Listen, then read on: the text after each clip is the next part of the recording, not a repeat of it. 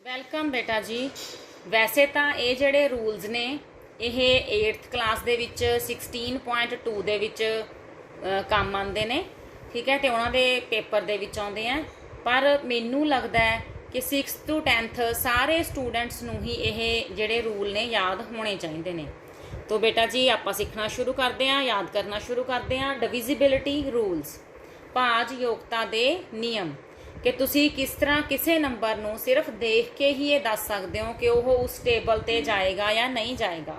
तो let's start with 2।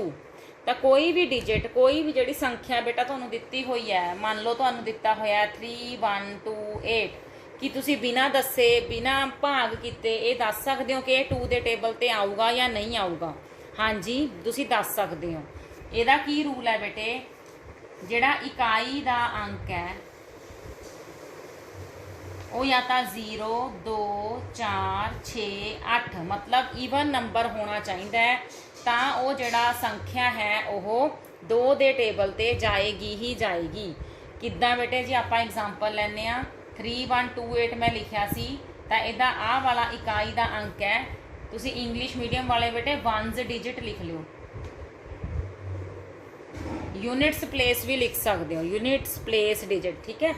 तो ये जड़ा यूनिट प्लेस का डिजिट है थोड़े को 8 है, ईवन नंबर है, तो यदा मतलब ये 2 के टेबल ते बेटा जी जाएगा ही जाएगा, ठीक है। तो चैक ऐदा कर सकते। हाँ जी, तो ये समझ आ गया बेटा। तो हुण आपां करना है 3 दे नाल डिविजिबिलिटी किवें कर सकते हैं।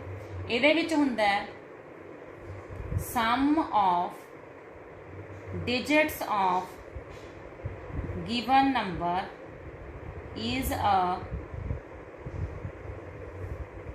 multiple of 3। तो इनू पंजाबी दे विच आपां की कहांगे भी संख्या दे अंकां सारियां नू जोड़ो, जे उन्हां दा जोड़ 3 दे टेबल ते आउंदा है तो उन्होंने आपां कहांगे भी हाँ पूरी दी पूरी संख्या भी 3 दे टेबल ते जाऊगी। कुछ भी लिख लो बेटा, जिवें मैंने ए वाली संख्या लिखी है तो ये डिजिट्स नू जोड़ो 1 + 1 + 2 + 2, तो 1 + 1 2 2 + 2 4 4 + 2 6, तो 6 3 के टेबल ते आउंदा है। 3 का मल्टीपल हैगा, 3 का गुणज हैगा, तुसीं कहोगे हाँ जी। तो जे ये 3 का गुणज है 3 के पहाड़े ते आउंदा है तो थोड़ी संख्या भी 3 के पहाड़े ते आऊगी, तो जो कि आपां बिना भाग करे ही पता किता, ठीक है बेटे। समझ आ गया तुहानूं। हुण आपां करदे हां 9 का, क्यों क्योंकि वो 3 के नाल रिलेटिड ही है। 9 का भी बेटे आपां यही रूल लिखना है, sum of digits of given number is a multiple of 9। जे पंजाबी च लिखना होवे तो संख्या दे अंकां दा जोड़ 9 का गुणज होवे तां संख्या 9 नाल भाज योग हुंदी है। क्लीयर हो गया बेटा। तो 3 का डिविजिबिलिटी रूल ते 9 का divisibility rule both are same. किद्दां 3 दे विच भी आपां जिहड़ी संख्या दित्ती होऊगी उसदे डिजिट्स का ही सम करना है, तो 9 वास्ते भी आपां जिहड़ी संख्या दित्ती होऊगी उहदे डिजिट्स का सम करना है। जे वो जोड़ 9 के पहाड़े ते आउंदा होऊगा तो आपां बिना भाग लंबी भाग किते भी दस सकते हैं कि हाँ ये संख्या 9 के पहाड़े ते आउंदी है। तो इस तो बाद आपां फिर होर एक सौखा लभ लैने आ 5। हुण 5 के टेबल ते 5 का पहाड़ा ही पढ़ लो पहला। 5 एकम 5, 5 दूनी 10, 5 तीए 15, 5 चौका 20, 5 5 25। कुछ नोटिस कर रहे हो, एक बार 5 आता है, एक बार पिछे 0 आता, जिमें 5 5 1s are 5 बोलिया मैं, 5 2s are 10 बोलिया, 10 के पिछे 0, ठीक है। 5 3s are मैं 15 बोलिया, 5 आ रहा पिछे, 5 4s are 20 बोलिया, तो वो पिछे 0 आ रहा। तो यदा मतलब 5 दे विच जिहड़ा यूनिट प्लेस है, यूनिट प्लेस इज 0 और 5। जे ओदा इकाई का अंक बच्चे 0 या 5 होगा तो वह संख्या 5 के पहाड़े ते आऊगी ही आऊगी। इनू आपां बिना भाग किते दस सकते हैं।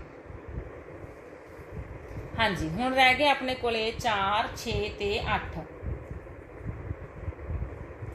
4 ਦੇ ਟੇਬਲ ਤੇ ਦੇਖੋ ਕਿਵੇਂ ਆਪਾਂ ਪਤਾ ਕਰ ਸਕਦੇ ਹਾਂ। ਇਹਦੇ ਵਿੱਚ ਜਿਹੜੇ ਲਾਸਟ 2 ਡਿਜਿਟ ਨੇ, ਮਤਲਬ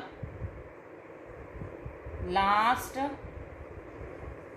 2 ਡਿਜਿਟਸ ਦੇ ਵਿੱਚ ਕਿਹੜੇ ਕਿਹੜੇ ਆਉਂਦੇ ਨੇ, 1s ਤੇ 10s।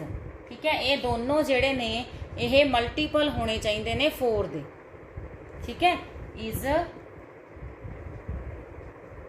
Multiple of 4। ਪੰਜਾਬੀ ਚ ਕੀ ਕਹਾਂਗੇ ਇਹਨੂੰ ਕਿ ਜਿਹੜਾ ਇਕਾਈ ਦਾ ਤੇ ਦਹਾਈ ਦਾ ਅੰਕ ਹੈ, ਜੇ ਉਸ ਨਾਲ ਬਣੀ ਸੰਖਿਆ ਨੂੰ ਆਪਾਂ ਦੇਖਦੇ ਹਾਂ ਤਾਂ ਉਹ 4 ਦੇ ਪਹਾੜੇ ਤੇ ਆਉਣੀ ਚਾਹੀਦੀ ਹੈ। ਜਿਵੇਂ ਮੈਂ ਇੱਕ ਇੱਥੇ ਐਗਜ਼ਾਮਪਲ ਦੇ ਤੌਰ ਤੇ ਸ਼ਬਦ ਲਿਖਦੀ ਹਾਂ, देखो मैंने ये लिखा है, तो ये पिछले 2 अंक इकाई ते दहाई की है 40, तो की 40 4 के पहाड़े ते आउंदा है? तुसीं कहोगे हाँ जी, तो फिर यह 4 दे नाल डिविजिबल हैगा। कोई होर एग्जाम्पल लै लो,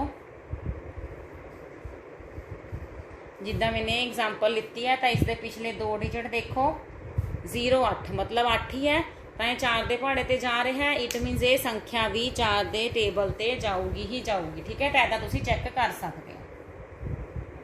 हाँ जी, अगला हैगा अपने कोले 6। 6 दे लई बेटा जी कोई ऐदा हार्ड फास्ट रूल नहीं है। उहदे लई सिर्फ आपां ये देखना है भी जिहड़ी संख्या तुहानूं दित्ती हुई है वो 2 के टेबल ते आउंदी है, 3 के टेबल ते आउंदी है। जो दोनों के टेबल ते आउंदी है तो 6 ते आऊगी ही आऊगी। Number should be divisible by 2 and 3 both।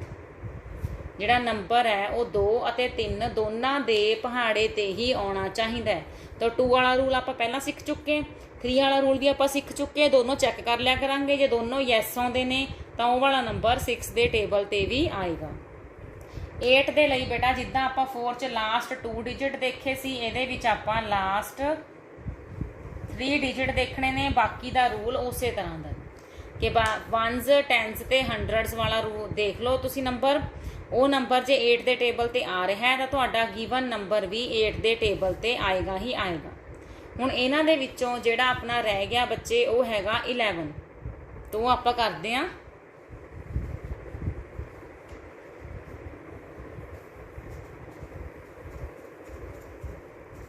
हाँ जी, 11 के ਲਈ ਆਪਾਂ ਪਹਿਲਾਂ कोई एग्जाम्पल ਲੈਂਦੇ ਆ। ਜਿਵੇਂ ਆਪਾਂ ਲਿੱਤੇ ਆ एग्जाम्पल 121, ਤਾਂ ਇਹਦੇ ਵਿੱਚ ਕੀ ਹੈ ਦੇਖੋ ਤੁਸੀਂ ਇੱਕ ਡਿਜਿਟ ਛੱਡ ਕੇ, ਜਿਵੇਂ ਇਹ ਆਪਾਂ ਛੱਡਤਾ, ਠੀਕ ਹੈ, ਤਾਂ ਇਦਾਂ ਆਪਾਂ ਜਿਹੜੇ ਇੱਕ ਡਿਜਿਟ ਛੱਡ ਕੇ ਜਿਹੜੇ ਬਣਨਗੇ ਉਹਨਾਂ ਨੂੰ ਜੋੜ ਲੈਣਾ ਤੇ ਜਿਹੜੇ ਛੱਡੇ ਸੀ ਉਹਨਾਂ ਨੂੰ ਲਿਖ ਲੈਣਾ, ਉਹਨਾਂ ਦਾ ਡਿਫਰੈਂਸ ਕਰਨਾ।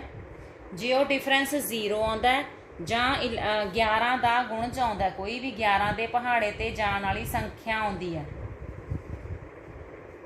ਮਲਟੀਪਲ ਆਫ 11 ਆਉਂਦਾ ਜਾਂ 0 ਆਉਂਦਾ, ਠੀਕ ਹੈ, ਤਾਂ ਆਪਾਂ ਕਹਿ ਸਕਦੇ ਹਾਂ ਕਿ ਉਹ ਸੰਖਿਆ 11 ਦੇ ਪਹਾੜੇ ਤੇ ਜਾਊਗੀ ਹੀ ਜਾਊਗੀ, ਜਿੰਨੀ ਮਰਜ਼ੀ ਵੱਡੀ ਸੰਖਿਆ ਦਿੱਤੀ ਹੋਵੇ। ਠੀਕ ਹੈ, ਤਾਂ ਆਪਾਂ ਇਹਦੀ ਵੀ ਕੋਈ ਐਗਜ਼ਾਮਪਲ ਲੈ ਲੈਂਦੇ ਹਾਂ ਤਾਂ ਕਿ ਤੁਹਾਨੂੰ ਹੋਰ ਜ਼ਿਆਦਾ ਕਲੀਅਰ ਹੋ ਸਕੇ। 11 ਦੇ ਟੇਬਲ ਤੇ कोई भी वड्डी संख्या सोचो,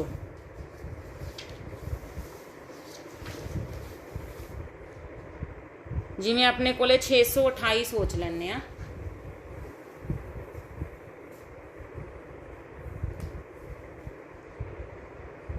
तो आपां पहला ते तीसरा जोड़ना 6 ते 8, किन्ने बन गए 14, ते आ जिहड़ा रह गया इहनूं आपां माइनस कर देना, घटा के किन्ना आ गया अपने कोले 12। तो 12 तो 11 का मल्टीपल आया नहीं, इस करके आप कहांगे भी जिहड़ा ये नंबर है is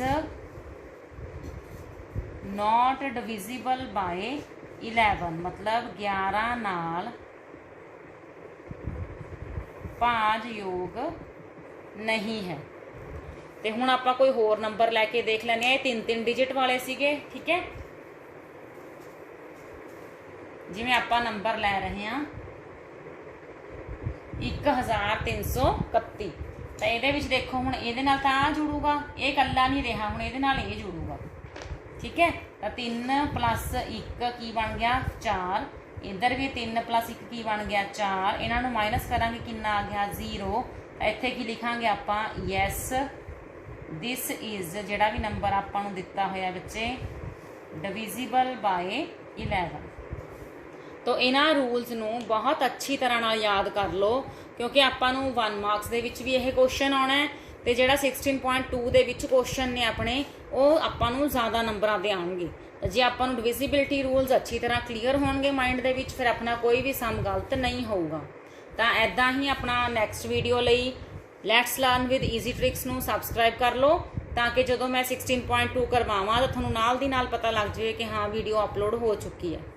till then bye bye ਬੇਟਾ।